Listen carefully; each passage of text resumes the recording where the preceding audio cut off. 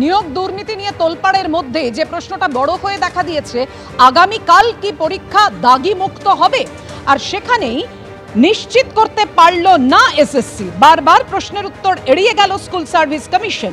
এই ধরনের প্রশ্নের উত্তর 14 তারিখের আগে দেব না, প্রতিক্রিয়া এসএসসি চেয়ারম্যান সিদ্ধার্থ মজুমদারের।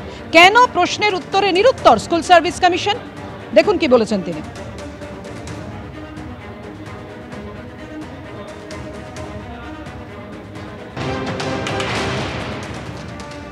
লাস্ট অবজারভেশনে সুপ্রিম কোর্ট বলেছে যে কোনোভাবে কেউ দাবি এখানে না, এই প্রশ্নের আজকে আমি আলোচনাটা 14 তারিখের পরে করব। এটা এখানে আজকে জানানোর জন্য দরকার নেই। আমাদের ওয়েবসাইটে যেটুকু আছে, সুপ্রিম কোর্টের নির্দেশ যা আছে সেটা সবাই জানেন, সেই মেনেই তারা বসবেন, আসবেন ইত্যাদি ইত্যাদি। এই ব্যাপারে আমাদের এই ব্যাপারে আমরা আজকে আলোচনা করব না। একেবারে সুপ্রিম কোর্টের কড়া নির্দেশ ছিল কোনো দাগি যাতে পরীক্ষায় না বসতে পারে, আর সেখানেই নিশ্চিত হওয়া দরকার যে পরীক্ষা কি দাগি মুক্ত হবে। বারবার প্রশ্নের উত্তর এড়িয়ে গেল স্কুল সার্ভিস কমিশন। ভুয়ো এসটি সার্টিফিকেট নিয়ে মেডিকেলে ভর্তির অভিযোগ ঘিরে বিতর্কের মাঝেই এবার সামনে এলো নয়া তথ্য। ভুয়ো সার্টিফিকেট নিয়ে মেডিকেলে ভর্তি প্রক্রিয়ায় অংশ নিয়েছেন সন্দেহের তালিকায় থাকা এমন 47 জনের মধ্যে 17 জন এলেনই না প্রথম কাউন্সেলিংয়ে।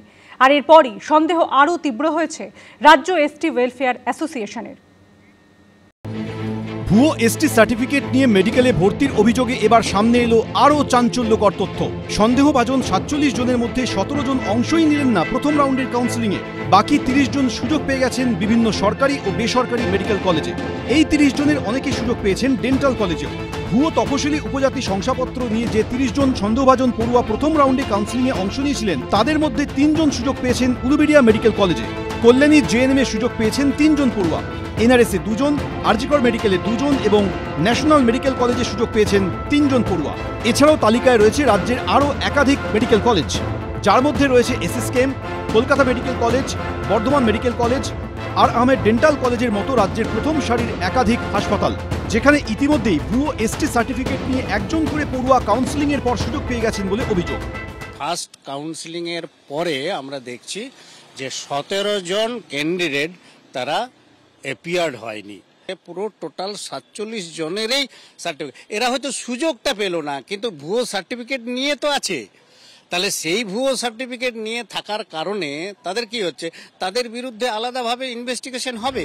সম্প্রতি ভুয়ো এসটি শংসাপত্র দিয়ে মেডিকেলের ভর্তি প্রক্রিয়ায় অংশ নেওয়ার অভিযোগ সামনে আসে। রাজ্য আদিবাসী উন্নয়ন দপ্তরের তরফে অভিযোগ করা হয়, ভুয়ো সার্টিফিকেট জমা দিয়ে ভর্তি প্রক্রিয়ায় অংশ নিয়েছেন 45 জন। অভিযোগ পেয়ে তদন্তের আর্জি জানিয়ে স্বাস্থ্য ভবনকে চিঠি দেয় আদিবাসী উন্নয়ন দপ্তর। পরে তাদের তরফেই জানানো হয় ভুয়ো সার্টিফিকেটের ভিত্তিতে ভর্তি প্রক্রিয়ায় অংশ নিয়েছেন 47 জন। এই প্রেক্ষিতে রাজ্যের সমস্ত মেডিকেল কলেজের অধ্যক্ষদের ইমেল পাঠিয়ে ভুয়ো শংসাপত্র দেখিয়ে ভর্তি প্রক্রিয়ায় অংশগ্রহণকারী পড়ুয়াদের খোঁজার নির্দেশ দেন স্বাস্থ্য শিক্ষা অধিকর্তা। সেই মতো 24 ঘন্টার মধ্যে মেডিকেল কলেজগুলির তরফে সেই সব নামও জমা পড়ে। এই নিয়ে ইতিমধ্যেই জল গড়িয়েছে কলকাতা হাইকোর্টে। মামলা করেছেন 3 পড়ুয়া। তাদের অভিযোগ, ভুয়ো তফসিলি উপজাতি শংসাপত্র নিয়ে এতজন ভর্তি প্রক্রিয়ায় অংশ নেওয়ার কারণে তারা মেডিকেলে সুযোগ পাননি। এবার কি ভুয়ো সার্টিফিকেটধারীদের চিহ্নিত করে বাতিল করা হবে অ্যাডমিশন? সেটাই দেখা। সন্দীপ সরকার, এবিপি আনন্দ।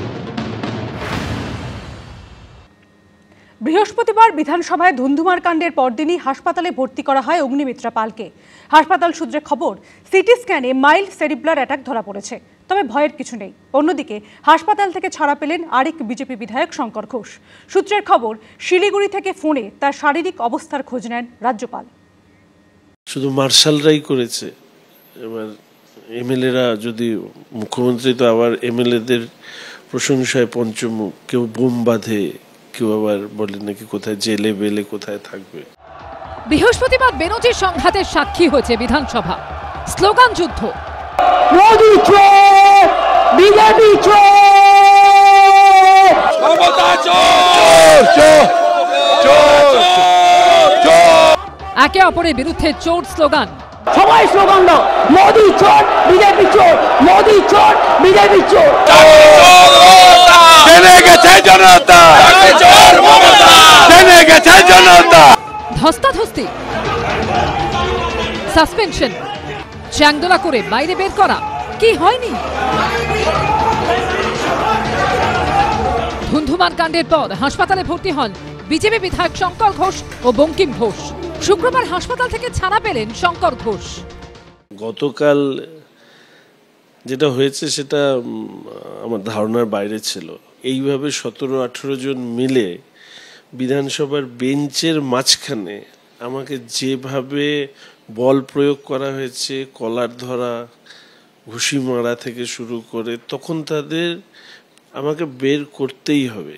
কাল যে পরিস্থিতি ছিল যে আমার হাত পা পাঁজর এগুলো যে ঠিক আছে, এটাই অনেক ভাগ্য। বারবার করে বলি যে বিধানসভায় লাইভ টেলিকাস্ট হওয়া, মুখ্যমন্ত্রীর যে আচরণ, সেই আচরণ কাম্য নয়। কেউ আহত হয়েছে বলে আমি জানি না, ছোটখাটো ধাক্কাধাক্কিতে যা লেগেছে তখন আহত বলে চালিয়ে দেওয়া হয়। ধাক্কা মেরেছে, ধাক্কা মারলে একটু হবে। আমাদের রাজ্যে যারা বিজেপি, তাদের মধ্যে এমন কেউ নেই যে তাদের একটু শিক্ষা দীক্ষা দেবে, একটু শেখাবে। একজন 4 বারের দল বদলু, সে হচ্ছে ওদের বিরোধী দলনেতা, আর একজন সিপিএম থেকে আসা, সে হচ্ছে ওদের চিফ হুইপ। কে ওদের শেখাবে তাকে? সূত্রের খবর, ফোনে বিজেপি বিধায়ক শঙ্কর ঘোষের শারীরিক অবস্থা সম্পর্কে খোঁজ নেন রাজ্যপাল সিভি আনন্দ বোস। বৃহস্পতিবার বিজেপি বিধায়ক অগ্নিমিত্রা পালের বক্তব্যের সময় নিয়ে অশান্তির সূত্রপাত। তারপর তৃণমূল বিজেপি দুপক্ষ বাগবিতণ্ডায় জড়িয়ে পড়েন।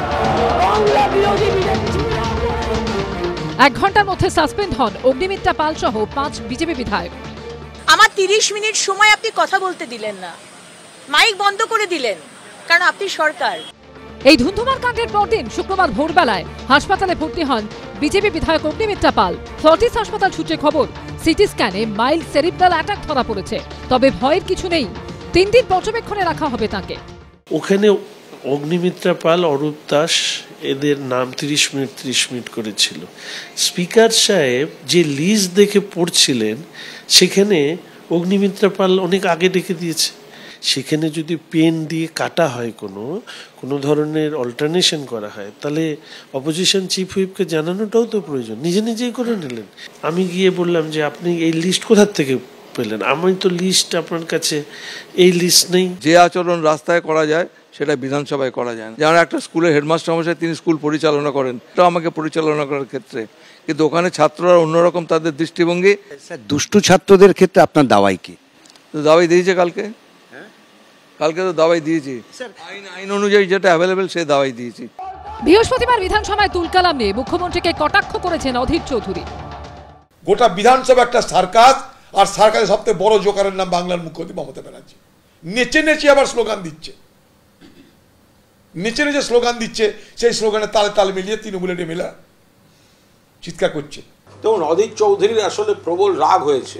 তার কারণ হচ্ছে, কিছুদিন আগে পাটনায় যে রাহুল গান্ধী পদযাত্রীটি ছিল, সর্বভারতীয় তৃণমূল কংগ্রেসের তরফ থেকে যে 2 জন গেছিলেন, তার মধ্যে একজন হচ্ছেন ইউসুফ পাঠান। তিনি যাচ্ছেন রাহুল গান্ধীর সঙ্গে হাঁটবেন দেশের শীর্ষ নেতৃত্বের তৃণমূলের প্রতিনিধি হিসেবে। নিতে পাচ্ছেন না, ওই কষ্ট থেকে বলেছে। সব মিলিয়ে বিধানসভা অধিবেশনের শেষ দিনে তুলকালামের রেশ শেষ হয়েও শেষ হচ্ছে না। উজ্জ্বল মুখোপাধ্যায়, রুমা পাল ও বিজেন্দ্র সিংহ রিপোর্ট, এবিপি আনন্দ।